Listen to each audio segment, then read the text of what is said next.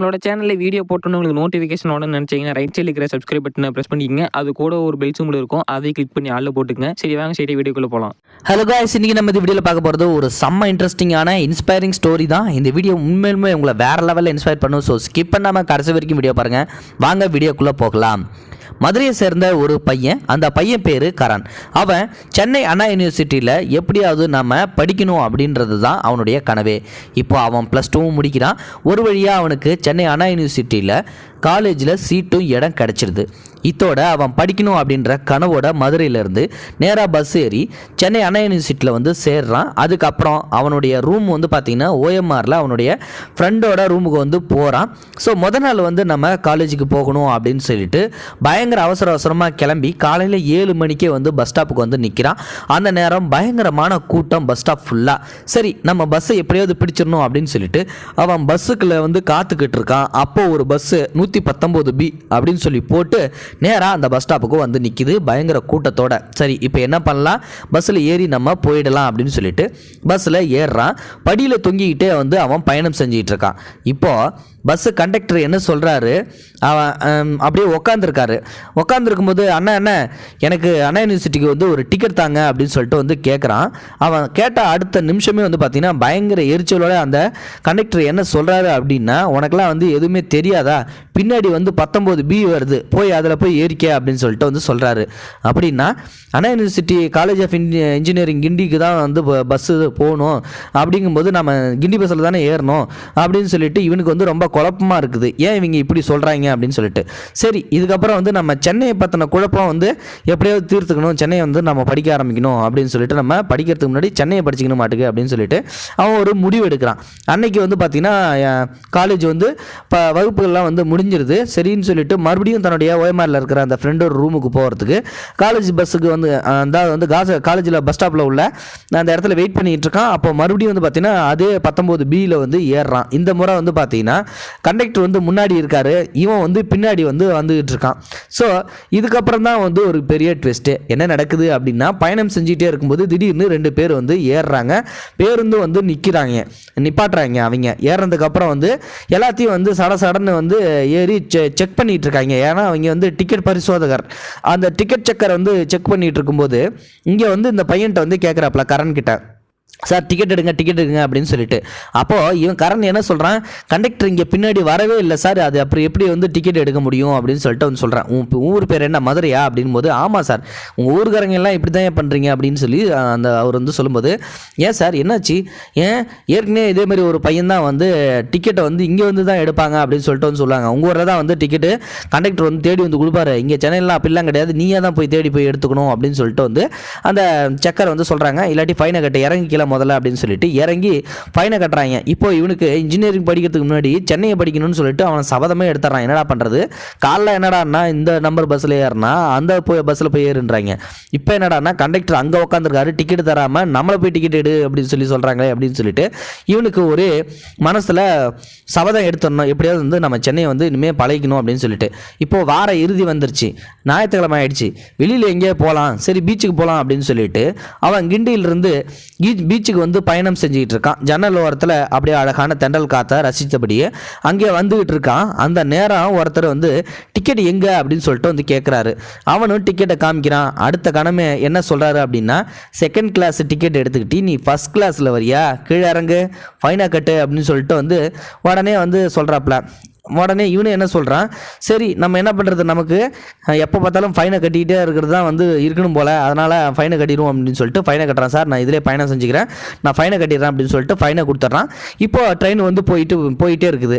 இப்போது பீச்சை வந்து போயிட்டே இருக்கும்போது வந்து பார்த்திங்கன்னா பீச் ஸ்டேஷன் போட்டு இறங்குது. அந்த ஸ்டேஷனில் வந்து போட்டிருக்காங்க. அதை பார்த்துட்டு வந்து நம்மளால் இறங்கிடுறான். சார் இங்கே பீச்சுக்கு எப்படி போகணும் அப்படின்னு சொல்லிட்டு வந்து கேட்கும்போது, யோ உனக்கெல்லாம் எதுவும் தெரியாதையா, இது வந்து பீச்சுக்கு போகணுன்னா வந்து நீ இங்கே இறங்க கூடாது, போய் ட்ரிப்ளிங்கல் ஸ்டேஷனில் போய் இறங்கு அப்படின்னு சொல்லிட்டு வந்து அவன் சொல்கிறான். அப்போனா இங்கே எதுக்கு பீச் ஸ்டேஷன் வந்து பேர் வச்சுருக்கீங்க அப்படின்னு சொல்லிட்டு இவனுக்கு சலிச்சிருச்சு. என்னடா அது எப்போ பார்த்தாலும் வந்து இதே மாதிரியே வந்து நமக்கு திருப்பி வந்து ஏமாற்றமே ஏற்படுது அப்படின்னு சொல்லிட்டு அவன் என்ன பண்ணுறான், மறுபடியும் வந்து பஸ்ஸை பிடிச்சி அங்கேருந்து நேராக பீச்சுக்கே போயிடுறான்.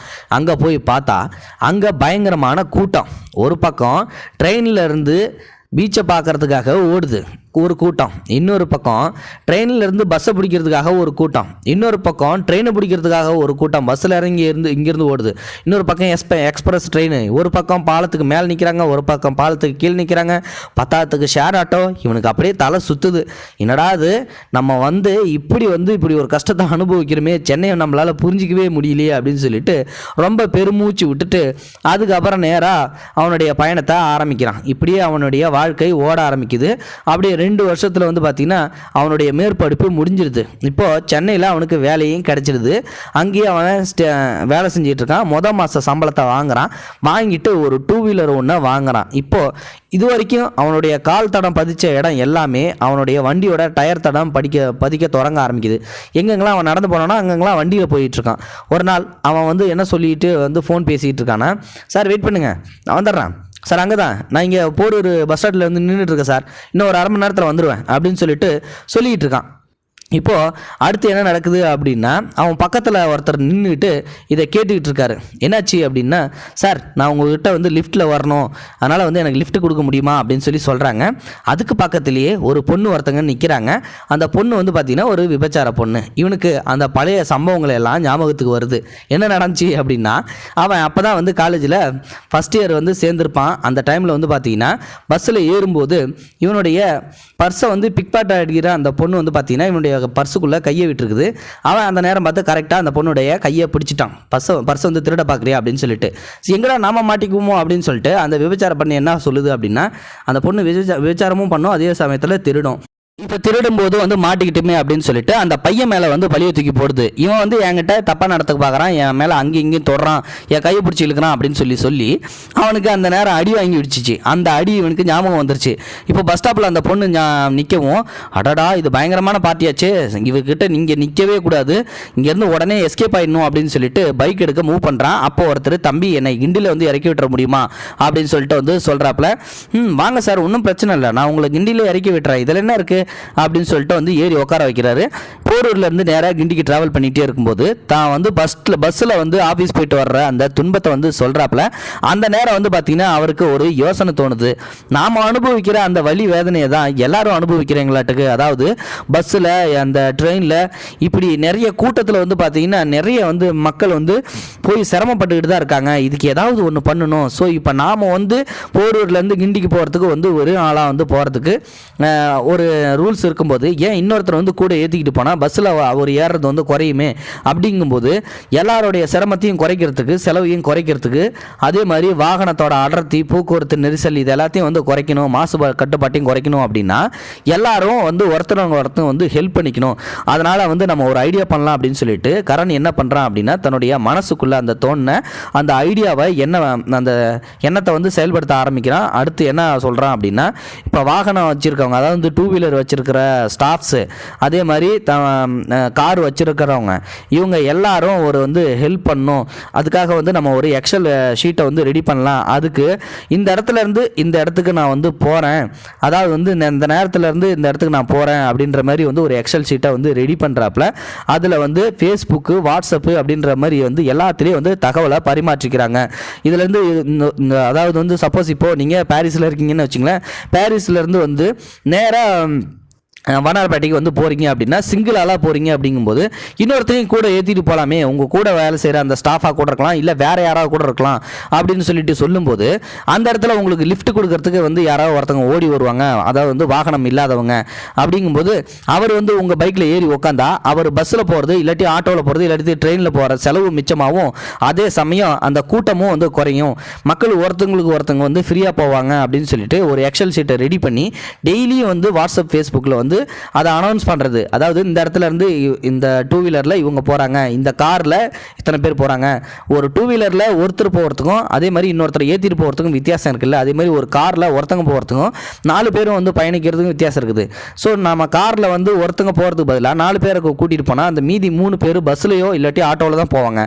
ஸோ அவங்க போகும்போது அந்த கூட்டம் இது இருக்கும். அதுவே இவங்க காரில் போயிட்டாங்க அப்படின்னா அந்த கூட்டத்துக்கு இவங்க மேனேஜ் பண்ணிக்கலாம் அப்படின்ற மாதிரி ஒரு ஐடியா பண்ணி தான் டெய்லியும் பார்த்தீங்கன்னா இந்த மாதிரியான மாதிரியான செய்திகளை வந்து வாட்ஸ்அப்பு, ஃபேஸ்புக்கு, ட்விட்டர் அப்படின்னு சொல்லிட்டு தன்னுடைய இணையதளத்தில் எல்லாத்துலேயும் வந்து பரப்ப ஆரம்பிக்கிறான். அதே மாதிரி ஒருத்தவங்களுக்கு ஒருத்தவங்க வந்து லிஃப்ட் கொடுக்க ஆரம்பிக்கிறாங்க. பைக்கில் போகிறவங்க தானாகவே வழியில் போகிறவங்கள நிப்பாட்டி பைக்கில் ஏற்றுறாங்க.